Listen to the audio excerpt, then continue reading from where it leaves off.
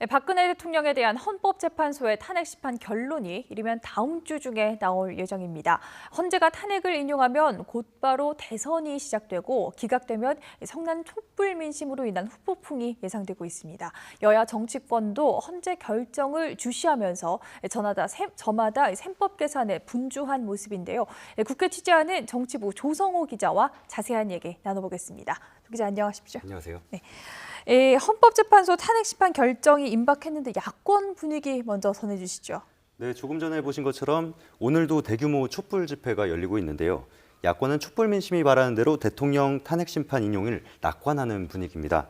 오는 10일이나 13일쯤, 그러니까 이정미 헌재소장 권한대행의 퇴임 전에 탄핵이 결정될 걸로 보고 대선 후보 경선에 속도를 내고 있는 모습인데요. 네, 더불어민주당은 문재인 전 대표와 안희정 충남지사, 이재명 성남시장, 그리고 최성 고양시장 이렇게 4명이 예비 후보로 나섰습니다. 네, 오는 24일부터 호남과 충청, 영남 수도권에 이어 제주에서 잇따라 경선을 펼칠 예정입니다. 예정대로라면 다음 달 8일을 전후해서 대선 후보가 확정될 걸로 보입니다. 국민의당은 안철수 천전배 전 공동대표와 손학규 국민주권개혁회의 의장이 출사표를 낸 상태인데요. 탄핵이 인용된다면 그 이후에는 대선 구도가 국민의당과 민주당 1대1 대결로 정리될 거라고 전망하면서 그 경선 주목도를 끌어올릴 수 있다고 자신하고 있습니다. 네, 이 탄핵 정국을 지나면서 둘로 갈라진 보수 진영들이 초조해하고 있다고요. 네, 아무래도 가장 초조함을 느끼는 것이 탄핵 찬반을 놓고 둘로 쪼개진 자유한국당과 바른정당일 겁니다. 네, 자유한국당은 겉으로는 탄핵 인용이든 기각이든 헌재 결정에 따르자는 입장이지만 여당이니까 당연히 탄핵 기각을 기대하는 분위기입니다. 탄핵을 반대하는 태극기 집회 규모도 최근 들어 커졌는데 친박계 의원들이 대거 참석하는 것에서도 이런 분위기를 감지할 수 있습니다. 자유한국당은 박 대통령 거취가 결정되지 않은 상황에서 본격적인 대선 준비에 나서지는 못하고 있습니다. 반대로 바른정당은 그 창당 명분 자체가 박 대통령 탄핵이었습니다. 탄핵이 기각되면 의원 32명이 모두 사퇴하겠다고 결의한 만큼 헌재 결정에 사활을 걸고 있습니다. 자유한국당을 도로 친박당이라고 몰아세우면서 자신들이 보수 적통임을 강조하고 있는 상황입니다.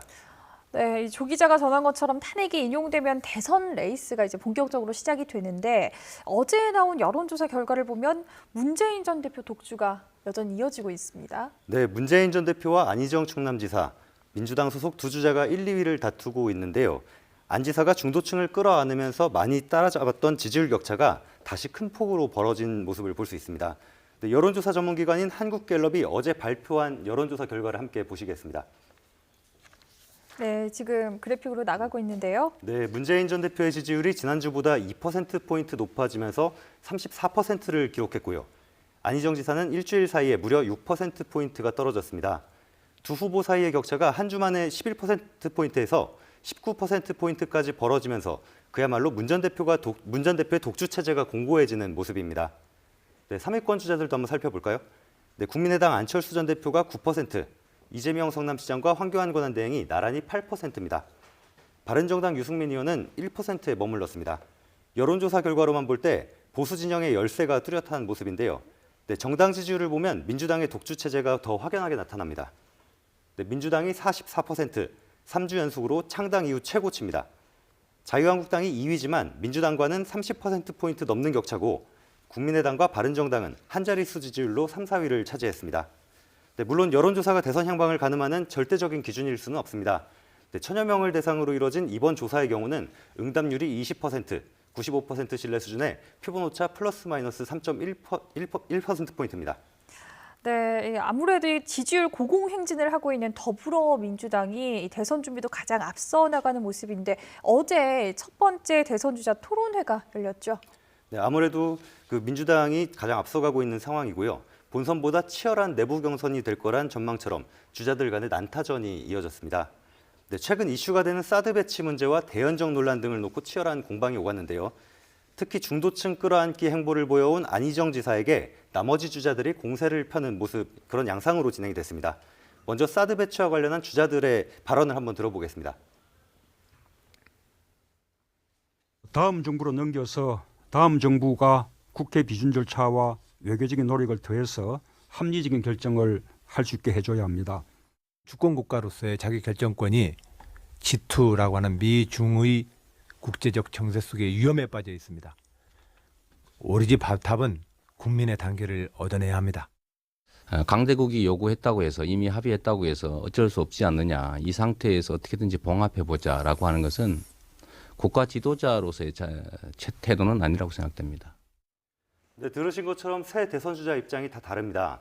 안 지사는 한미 간 사드 배치 합의를 되돌릴 수 없다고 하고 문 전 대표는 다음 정부가 결정하게 하자는 입장입니다. 이 시장은 사드 배치 합의가 잘못된 결정이라고 주장하고 있습니다.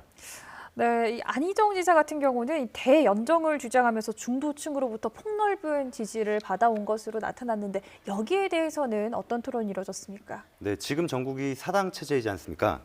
차기 대통령이 누가 되든 여소야대를 피할 수 없는 상황이란 점에서 안희정 지사의 대연정 주장이 나왔습니다. 네. 네, 국정 운영을 위해 정당 간의 협치가 필요한 상황이라는 점은 부인할 수가 없지만 국정농단 사태의 책임에서 자유롭지 못한 자유한국당과의 연정이 가능하느냐 이 부분에 대해서는 주자들 간 의견이 첨예하게 맞섰습니다. 네. 네, 준비한 그래픽 함께 보실 텐데요.